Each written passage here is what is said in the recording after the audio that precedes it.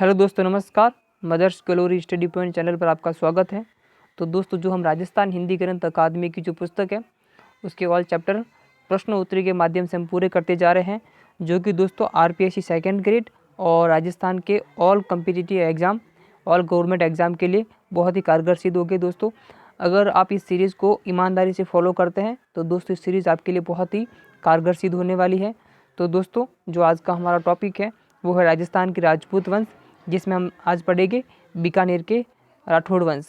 तो दोस्तों, वीडियो शुरू करने से पहले अगर मेरा वीडियो पसंद आए तो इसको लाइक, शेयर एंड सब्सक्राइब ज़रूर करना। तो शुरू करते हैं दोस्तों। जो आज का पहला क्वेश्चन है वो है बीकानेर की स्थापना कब की गई। तो दोस्तों, बीकानेर की स्थापना जो की गई वो की गई ऑप्शन नंबर 1488 ईस्वी में। कब की गई? 1488 ईस्वी में। दोस्तों, इसकी स्थापना करता था, जिन्होंने स्थापना की है वो है राव बीका। स्थापना करता कौन है? राव बीका। दोस्तों, राव बीका जो है राव जोधा के पुत्र थे और अपने पिता के ताने मारने पर ये जोधपुर से बीकानेर चले आए और माँ करणी की कृपा से इन्होंने एक नए राज्य की स्थापना की, जो कि राठौड़ सत्ता का दूसरा केंद्र बना। याद रखना, राठौड़ सत्ता का दूसरा केंद्र कौन है? तो वह है बीकानेर। अगर दोस्तों अगर ये पूछा जाए कि राठौड़ सत्ता का जो तीसरा केंद्र है वो कौन सा है, तो वो है किशनगढ़, जो कि किशन सिंह ने बसाया था। आगे देखते हैं। आगे है देशनोक बीकानेर में करणी माता का मूल मंदिर किसने बनवाया? देशनोक बीकानेर में करणी माता का मूल मंदिर किसने बनवाया? तो दोस्तों, इसका जो आंसर है वो है राव बीका। क्या है? राव बीका। ऑप्शन नंबर 100, राव बीका ने देशनोक में करणी माता का मंदिर बनवाया था। दोस्तों, जो करणी माता का जो वर्तमान मंदिर है दोस्तों बीकानेर में, वो बनवाया है सूरत सिंह ने। किसने बनवाया है? सूरत सिंह ने। ये भी आप याद रखना।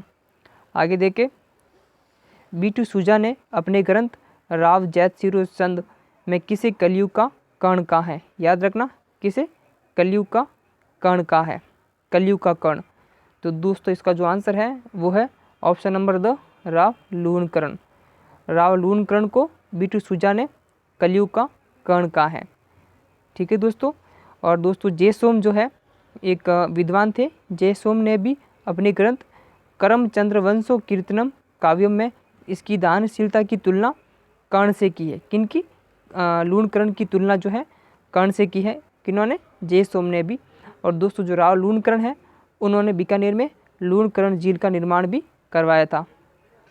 आगे देखते हैं। 1541 ईस्वी में साहेबा या पाहेबा का युद्ध किन के मध्य हुआ था? तो दोस्तों, इसका जो आंसर है वह है ऑप्शन नंबर ब, राव मालदेव और राव जैतसी। मालदेव और राव जैतसी के मध्य साहेबा और पाहेबा का युद्ध हुआ था। दोस्तों, इसमें क्या होता है कि जो राव मालदेव है वो बीकानेर पे आक्रमण करते हैं और राव जैतसी जो है अपने एक मंत्री नगराज को शेरशाह सूरी से सहायता प्राप्त करने के लिए भेजते हैं, लेकिन सहायता प्राप्त होने से पहले ही युद्ध हो जाता है, जिसमें जो राव जैतसी है दोस्तों वो वीर गति को प्राप्त हो जाते हैं। आगे देखते हैं। बीकानेर का कौन सा प्रथम शासक जो अकबर के नागौर दरबार में उपस्थित होकर मुगल अधीनता स्वीकार की थी? तो दोस्तों, इसका जो आंसर है वो है ऑप्शन नंबर ब, राव कल्याणमल।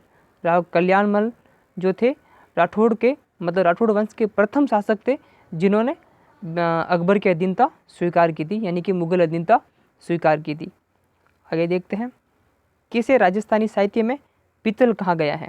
याद रखना दोस्तों, पितल किसे कहा गया है? तो वो है दोस्तों ऑप्शन नंबर 100, पृथ्वीराज राठौड़, जो कि राव कल्याणमल के पुत्र थे। याद रखना, राव कल्याणमल के पुत्र थे। दोस्तों, पितल जो है वो पृथ्वीराज राठौड़ को कहा गया है, जबकि जो दोस्तों पातल है वो पातल महाराणा प्रताप को कहा गया है। याद रखना, पातल अगर पूछा जाए तो वो है महाराणा प्रताप। आगे देखते हैं। बीकानेर के जूनागढ़ दुर्ग का निर्माण किसने करवाया था? याद रखना दोस्तों, बीकानेर के जूनागढ़ दुर्ग का निर्माण किसने करवाया था? जिनका निर्माण काल जो है दोस्तों वो है 1587 से लेकर 1594 ईस्वी। ये भी आप याद रखना। तो दोस्तों, जूनागढ़ दुर्ग का निर्माण जो करवाया है वो है राव राय सिंह। ऑप्शन नंबर ब, राव राय सिंह जो है उन्होंने जूनागढ़ दुर्ग का निर्माण करवाया था। ऑप्शन नंबर ब हमारा सही आंसर है। दोस्तों जो राय सिंह है उन्होंने इस दुर्ग के दरवाजे पर जयमल और फतेह की पाषाण मूर्तियाँ लगवाई थी। याद रखना, जयमल और फतेह की पाषाण मूर्तियाँ कहाँ लगवाई थी? जूनागढ़ दुर्ग के द्वार पर। आगे देखते हैं, मुंशी देवी प्रसाद ने किसे राजपुताने का कर्ण कहा है? मुंशी देवी प्रसाद ने किसे राजपुताने का कर्ण कहा है? तो दोस्तों इसका जो आंसर है वो है ऑप्शन नंबर स, राव राय सिंह। याद रखना दोस्तों, बहुत मोस्ट है। देखो इसको याद करने की जो ट्रिक है, राजपुताने का कर्ण, देखो राजपुताने में र आ रहा है और राय सिंह में भी र आ रहा है। मतलब अगर राजपुताने का कर्ण पूछा जाए तो वो हो जाएगा राव राय सिंह, और अगर कलयुग का कर्ण पूछा जाए दोस्तों तो वो होगा राव लूणकरण। याद रखना दोस्तों। और जो राव राय सिंह है दोस्तों, उनके दो ग्रंथ हैं, एक का नाम है राय सिंह महोत्सव और दूसरा है ज्योतिष रत्नमाला। और दोस्तों जो राय सिंह है उन्होंने एक टीका भी लिखी है, उस टीका का नाम है बाल बोधिनी। क्या नाम है? बाल बोधिनी। आगे देखते हैं, मतेरे की राड नामक युद्ध किनके मध्य हुआ था? याद रखना, मतेरे की राड। तो दोस्तों इसका जो आंसर है वो है ऑप्शन नंबर अ, अमर सिंह और कर्ण सिंह के मध्य युद्ध हुआ था, जो कि जाखनिया गांव की सीमा विवाद को लेकर ये युद्ध हुआ था। जाखनिया गांव की सीमा विवाद को लेकर। और युद्ध कब हुआ दोस्तों? ये 1642 से 1644 के मध्य। ये दोनों डेट याद रखना दोस्तों। आगे देखते हैं, चिंतामणि भट्ट के ग्रंथ सुख सप्तशती में किसको जंगलधर बादशाह कहा गया है? किसको जंगलधर बादशाह कहा गया है? तो दोस्तों इसका जो आंसर है वो है ऑप्शन नंबर ब, राव कर्ण सिंह। राव कर्ण सिंह को चिंतामणि भट्ट ने जंगलधर बादशाह कहा है। दोस्तों जो राव कर्ण सिंह है उनके ग्रंथ का नाम क्या है? तो याद रखना, साहित्य कल्पद्रुम। याद रखना, कर्ण सिंह का जो ग्रंथ है उसका नाम है साहित्य कल्पद्रुम। आगे देखते हैं, कर्णभूषण और काव्य डाकिनी नामक ग्रंथ किसके हैं? क्या सवाल है? कर्णभूषण और काव्य डाकिनी। तो ये दोस्त इसका जो आंसर है वो है ऑप्शन नंबर स, गंगानंद मैथिली। क्या आंसर है? गंगानंद मैथिली। दोस्तों जो गंगानंद मैथिली है वो कर्ण सिंह के दरबार में एक विद्वान थे। याद रखना, कर्ण सिंह के दरबारी विद्वान थे। किसके दरबारी विद्वान? कर्ण सिंह के। आगे देखते हैं, औरंगजेब ने किसको महाराजा और माही मरातीब की उपाधि दी थी? याद रखना, कौन सी उपाधि? महाराजा और माही मरातीब की उपाधि। तो दोस्तों इसका जो आंसर है वो है ऑप्शन नंबर ब, राव अनूप सिंह को।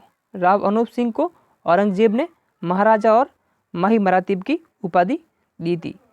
और दोस्तों जो अनूप सिंह है दक्षिण से अनेक देवी देवताओं की मूर्तियां लेके आए और बीकानेर में 33 करोड़ देवी देवताओं का मंदिर बनवाया था। ये भी तथ्य आप याद रखना।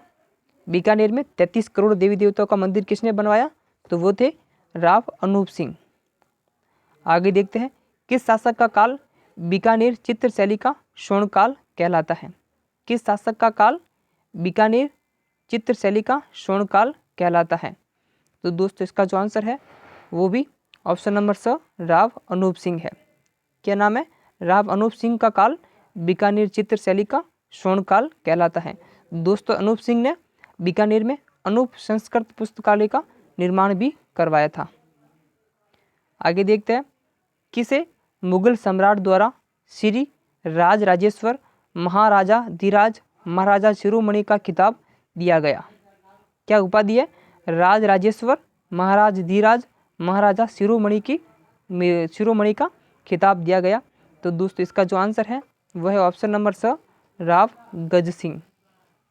राव गज सिंह को ये उपाधि दी गई थी। आगे देखते हैं, बटनेर का दुर्ग या हनुमानगढ़ दुर्ग का निर्माण किसने करवाया था? तो दोस्तों इसका जो आंसर है वो है option number the, Surat Singh.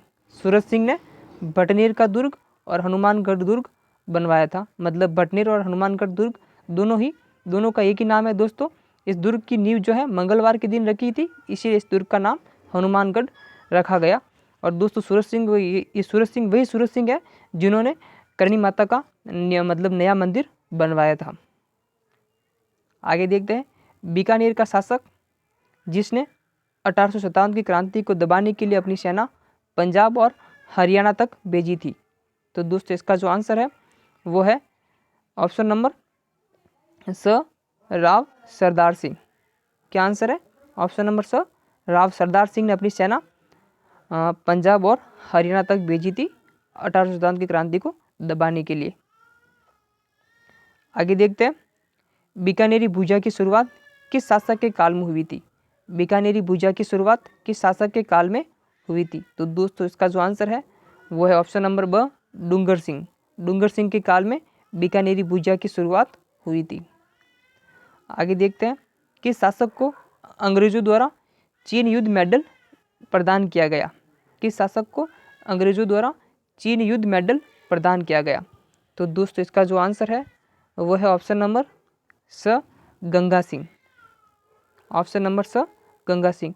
दोस्तों जो गंगा सिंह थे वो चीन के बॉक्सर विद्रोह को दबाने के लिए अपनी जो सेना थी गंगा रिसाला को लेकर चीन तक गए थे, फलत इनको चीन युद्ध मेडल प्रदान किया गया। आगे देखते हैं, गंगानगर की स्थापना किसने की? गंगानगर की स्थापना किसने की? तो दोस्तों इसका जो आंसर है ऑप्शन नंबर स, गंगा सिंह। गंगा सिंह ने गंगानगर की स्थापना की थी। आगे देखते हैं, किस शासक ने सर्वप्रथम भारतीय संघ अधिनियम पर हस्ताक्षर किए थे? तो दोस्तों इसका जो आंसर है वो थे बीकानेर के शार्दुल सिंह। ऑप्शन नंबर स, बीकानेर के शार्दुल सिंह ने सर्वप्रथम भारतीय संघ अधिनियम पर हस्ताक्षर किए थे। आशा करता हूँ दोस्तों सारे के सारे क्वेश्चन आपको आसानी से समझ में आए होंगे।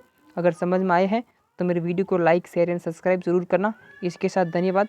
आपका दिन शुभ हो।